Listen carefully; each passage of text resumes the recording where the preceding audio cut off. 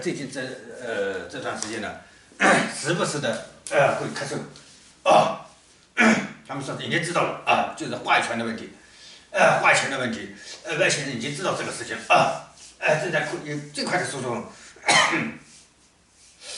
准备想办法把它解决掉把这个问题解决掉，这样才能够外星人做了什么事情他们能够直接传递给能让地球人知道